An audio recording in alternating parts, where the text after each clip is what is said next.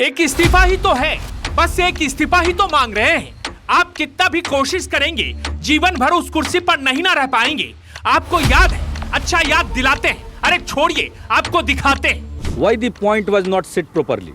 Nobody has any convincing answer. Nobody can convince me on this count.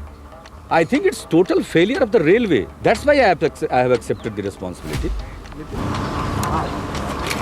चूक है, और ये चूक ही हम सिर्फ इसको नहीं कहेंगे, ये आपराधिक नेग्लिजेंस, क्रिमिनल नेग्लिजेंस। इसलिए इसको हम पहले तो ओन करते हैं इसकी रिस्पॉन्सिबिलिटी, और हमने रिजिग्नेशन दी। एक ट्रेन हादसा और देश के रेल मंत्री नीतीश कुमार ने एक झटके में मंत्री की कुर्सी को लात मार दी थी।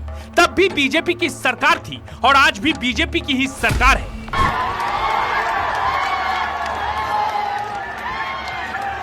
हाँ, ये सच है कि इस आंदोलन के जरिए कई लोग अपने उल्लू सीधा कर रहे हैं। देशभक्त होने का दावा करने वाले चेहरे भी तो देश छोड़कर विदेश में ही रह रहे थे।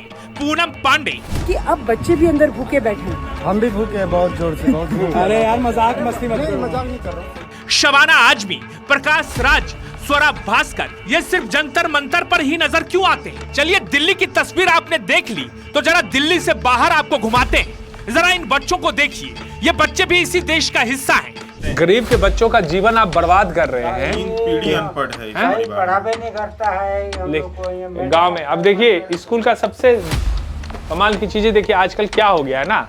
अब किसी भी स्टेट में जाइए, किताब कॉपी से पहले ये बैग खोलने के बाद क्या होता है वो हम दिखाते हैं। ये बैग खोलिएगा, जैसे आप, ये तुम्हारा ही बैग है ना आशीष, इसमें से ये निकलता है।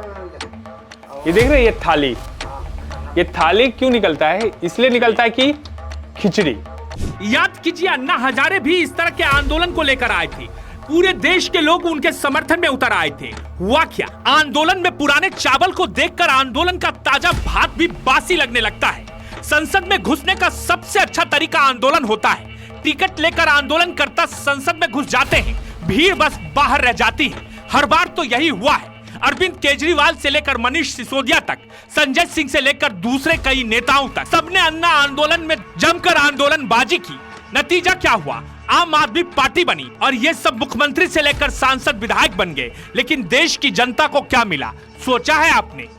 तुम किस क्लास में पढ़ता है? 1 में। 1 का स्पेलिंग आता है? इस पूरे प्रोटेस्ट के दौरान ना तो मनीष सिसोदिया को कोई लाठी लगी, ना ही अरविंद केजरीवाल ने कोई लाठी खाई, ना ही संजय सिंह ने कोई लाठी खाई। लेकिन दावा यह था कि इस प्रोटेस्ट को जब वो लीड करते हुए आगे बढ़ रहे थे तो सबसे आगे यही लोग थे। अरे लोकतंत्र में मोदी शाही नहीं चलेगी, नहीं चलेगी। अरे लोकतंत्र में मोदी शाही नहीं चलेगी, नहीं चलेगी। पुलिस की बर्बरता का जवाब दो, जवाब दो, जवाब दो। पुलिस की गुंडागर्दी का जवाब दो, जवाब दो, जवाब दो। आंदोलनकारियों का जवाब दो, जवाब दो, जवाब दो। लेकिन इस पूरे आंदोलन के सूत्रधार सीजेपी यानी कॉकरोच जनता पार्टी के नेता कहां थे? आपने गौर किया? इस प्रोटेस्ट के दौरान जब छात्र सड़कों पर थे तब इस सीजेपी पार्टी के प्रवक्ता जाकर जेपी नड्डा के साथ बैठे हुए थे। इसी पार्टी के दूसरे प्रवक्ता कहां थे? ज्यादा सोचना नहीं है, हम ही आपको दिखाते हैं। आप मुझे बताइए, सिंपल, आप क्यों नहीं गए? मैं जंतर मंतर पे भी आज क्यों नहीं गया? आप यहाँ क्यों घूम रहे हैं? मुझे ये तो बताइए। वहाँ सब लाठी खा रहे हैं और आप यहाँ घूम रहे हो, हैं? ये कौन सा सपोर्ट कर रहे हो? ये कौन सा सपोर्ट कर रहे हो आप? हैं? बाबा को गाली दे रहे हो, हैं? किस लिए? क्या आप यहाँ कर क्या रहे हो? मुझे इतना बताइए। हाँ। नहीं, मैं भी नहीं। आप गाली दे रहे हो और आप यहाँ क्या कर रहे हो आप? अच्छा। अब सवाल यह है कि भारत में सिर्फ नीट की ही परीक्षा नहीं होती है।